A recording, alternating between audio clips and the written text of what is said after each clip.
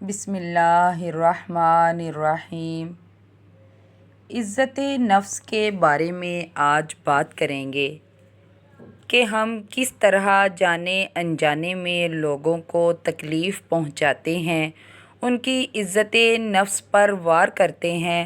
ہمارے نبی کریم صلی اللہ علیہ وآلہ وسلم نے کس طرح سے انسان کو عزت دینا ضروری فرمایا ہے۔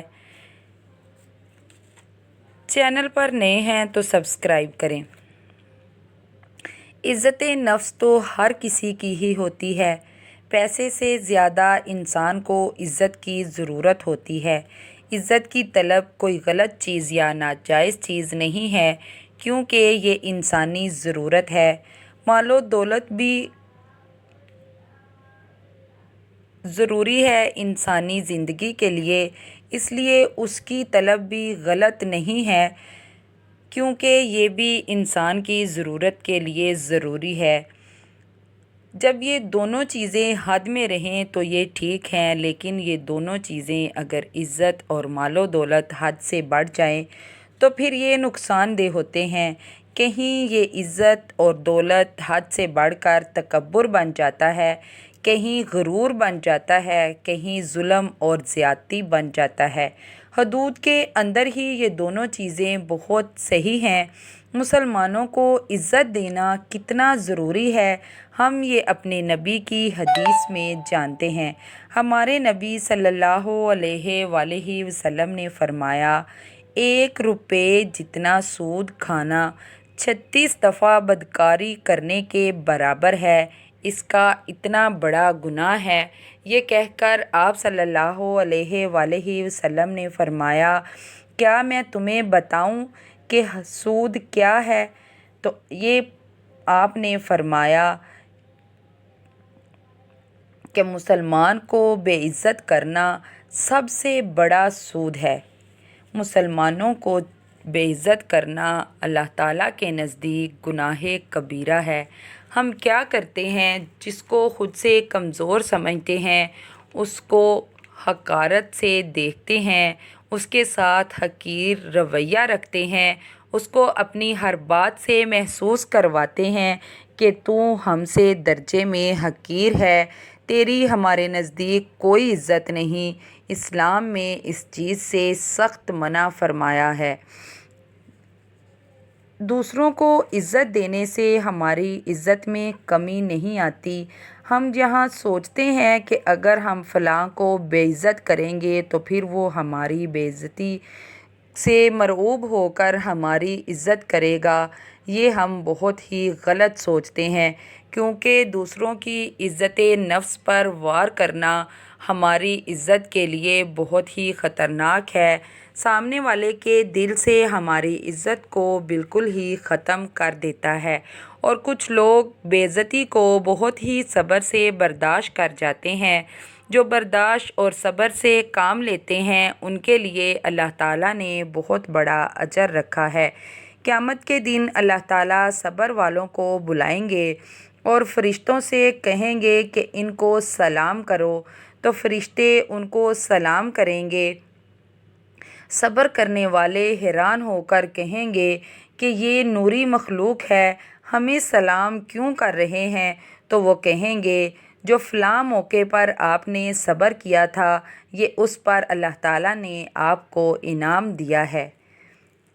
کسی کی عزت نفس کو ٹھیس پہنچا کر دکھی کرنا گناہ کبیرہ ہے۔ اللہ تعالیٰ نے حضرت محمد صلی اللہ علیہ وآلہ وسلم کی بے پناہ صفات میں سے ایک صفت کا نام لیا اور فرمایا، میں ایک نبی ایسا بھیجنے والا ہوں جو پوری زندگی ایک لفظ بھی ایسا نہیں بولے گا جس سے کسی کو تکلیف پہنچے گی۔ نفل پڑھنا بہت آسان ہے، تہجد پڑھنا بہت آسان ہے، پیدل حج کرنا مشکل تو ہے، لیکن اس سے آسان ہے کہ اپنی زبان کو روکنا کسی کو اس سے تکلیف پہنچانے سے۔ بہت ہی مشکل مگر بہت ہی عالی شان عمل ہے۔ اگر ہم اپنی زبان سے دوسروں کو تکلیف نہیں پہنچاتے تو یہ ہمارے لیے بہت ہی اعلیٰ درجے کی بات ہے۔ ہمارے نبی صلی اللہ علیہ وآلہ وسلم نے ایک حدیث میں فرمایا، تم مجھے اپنی زبان کی ضمانت دو، میں تمہیں جنت کی ضمانت دیتا ہوں۔ ہمارے نبی صلی اللہ علیہ وآلہ وسلم کی زبان سے پوری زندگی میں ایک لفظ بھی ایسا نہیں نکلا جس سے کسی کو تکلیف ہوئی ہو۔ یہ بات نہ کافر کہہ سکتا ہے، نہ ہی کوئی مسلمان کہہ سکتا ہے۔ آپ کے منہ سے کسی نے کوئی ایسی بات نہیں سنی جس سے کسی کو تکلیف ہوئی ہو۔ اس بات کو کافر بھی مانتے ہیں۔ سب ہی جو آپ صلی اللہ علیہ وآلہ وسلم کو ماننے والے ہیں یا نہیں ماننے والے، وہ اس بات سے اتفاق کرتے ہیں کہ آپ کی زبان سے کبھی کوئی ایسا لفظ نہیں سنا گیا جس سے کسی کو تکلیف پہنچی ہو۔ ایک بہت بڑے صحابی ہیں جن کا نام ہے ابو دجانہ، ان کا شمار بڑے صحابہ میں ہوتا ہے۔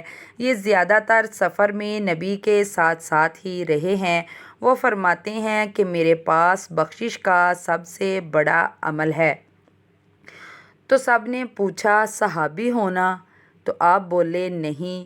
پھر کسی نے کہا جنگ بدر؟ تو آپ بولے نہیں۔ پھر کسی نے کہا صلح حدیبیہ؟ تو آپ بولے نہیں۔ جنگ خیبر؟ بولے نہیں۔ آخری حج؟ بولے نہیں۔ تو پھر سب نے پوچھا تو وہ کیا ہے؟ تو آپ رضی اللہ تعالیٰ عنہ نے جواب دیا، لوگو سنو، میرے پاس بخشش کا سب سے بڑا عمل یہ ہے کہ میں نے پوری زندگی میں کسی کو اپنی زبان سے دکھ نہیں پہنچایا، اور میرے دل میں کسی شخص کے لیے بغض نہیں ہے۔ آج اگر ہم اپنی زندگی پر غور کریں تو ضرور ہم اپنے اندر اس خرابی کو پائیں گے کہ کسی نے ایک غلط لفظ بول دیا تو اس کو کئی غلط باتیں کہہ دینے پر بھی ہمیں چین نہیں ملتا، ہمارے اندر خلش پھر بھی باقی رہ جاتی ہے۔ پھر جب بھی موقع ملتا ہے ہم اس کی عزت نفس پر وار کرتے ہیں، بات بات میں ہم اسے نیچا دکھانے کی کوشش کرتے ہیں، اور ہمیں ایسا لگتا ہے کہ اس سے سامنے والا بے عزت ہو گیا اور ہمیں عزت مل گئی۔ یہ ہماری بہت بڑی غلط فہمی ہوتی ہے۔ کوئی جو عزت ہمیں دوسروں کو عزت دینے سے ملتی ہے وہ بے عزت کرنے سے نہیں ملتی۔ اگر کوئی غلط بات کر رہا ہو تو آپ اس کو اس وقت احسن طریقے سے اس کی بات کا جواب دیں۔ آپ کا طریقہ یہ ہونا چاہیے کہ اس کو محسوس ہو کہ میرے غلط طریقے سے بات کرنے پر بھی یہ مجھ سے عزت سے بات کر رہا ہے۔ پھر دیکھیے اس کے دل میں کتنی عزت ہوتی ہے، وہ بھی آپ کی عزت کرے گا اور دو چار دوسرے لوگوں سے بھی آپ کا اچھے لفظوں میں تذکرہ کرے گا، دوسروں کی نظر میں بھی آپ کی عزت بڑھ جائے گی۔ آپ اس وقت تک عزت نہیں پا سکتے جب تک آپ دوسروں کو عزت دینے والے نہیں بن سکتے۔ ایک دفعہ اللہ تعالیٰ نے حضرت موسیٰ علیہ السلام سے کہا کہ جاؤ اپنے سے حقیر کوئی چیز لے آؤ۔ تو حضرت موسیٰ علیہ السلام گئے اور واپس خالی ہاتھ آ کر بولے، یا اللہ مجھے کوئی چیز اپنے سے حقیر نہیں ملی۔ تو اللہ تعالیٰ نے فرمایا کہ اے موسیٰ، اگر تو آج بکری کا بچہ بھی اپنے سے حقیر سمجھ کر لے آتا تو تیرے سے نبوت چھین لی جاتی۔ تو ہم کیسے پھر اپنے مسلمان بھائیوں کو، اپنے ارد گرد کے لوگوں کو بے عزت کرتے ہیں، ان کی عزت نفس کو مجروح کرتے ہیں۔ کوئی غریب ہے تو اس کو بے عزتی کا نشانہ بناتے ہیں اور بہت غرور محسوس کرتے ہیں۔ یہ اللہ تعالیٰ کو سخت ناپسند ہے۔ ہمیں چاہیے کہ اپنے اعمال سے، اپنی زبان سے اچھے اخلاق استعمال کریں، اپنی زبان کو اچھے لفظوں کے لیے استعمال کریں، کوشش کریں کہ ہماری زبان سے کسی کو تکلیف نہ پہنچے، ہمارے رویے سے کسی کو حقارت محسوس نہ ہو۔ خود سے کسی کو ہم حقیر نہ سمجھیں، سب کوئی عزت کو اپنی عزت سے زیادہ سمجھیں، یہی ہماری عزت کا ایک بہترین ذریعہ بن جائے گا۔ دوسروں کی عزت کریں گے تو ہمیں عزت ملے گی۔ کسی کی عزت نفس کو روتے وقت ضرور یاد رکھیں کہ یہ گناہ کبیرہ ہے۔